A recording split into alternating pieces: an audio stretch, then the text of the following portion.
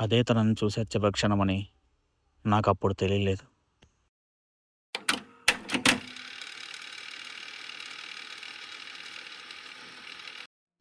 అలా మధ్యలో ఉండలేక ఒకరోజు తనని ఫైనల్‌గా అడిగా, "నువ్వేమనుకుంటున్నావు? నీకేం కావాలి?" అని.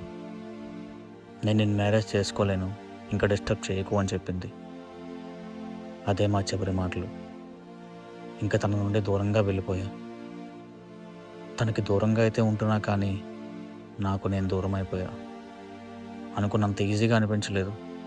ఎందుకంటే తనని లవ్ చేయడం పక్కన పెడితే తను నాకు అలవాటైపోయింది.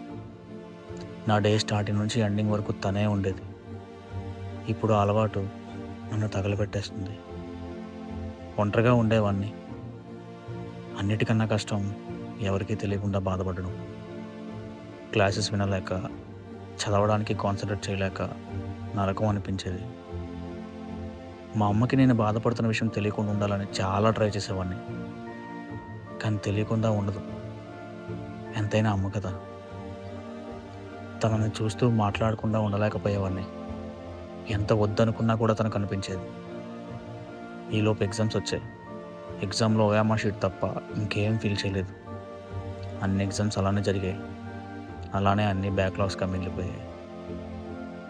నేను దూరంగా ఉండడానికి ప్రయత్నిస్తున్నానో, లేదంటే నేను ఉండలేనని తనకు అర్థమయ్యో తెలీదు కానీ, తన కాలేజ్ మారిపోయింది. అదే తనని చూసే చివరి నాకప్పుడు తెలియలేదు. ఎలా అయితే నన్ను దాటి కాలేజీలోకి, నా జీవితంలోకి వచ్చిందో, అలానే నన్ను దాటి కాలేజ్ నుండి, నా జీవితం నుండి వెళ్ళిపోయింది.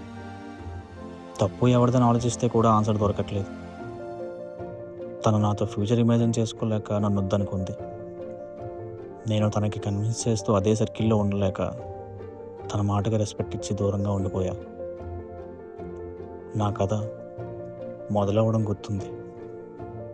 కానీ ముగిసిపోవడం గుర్తుండిపోయింది.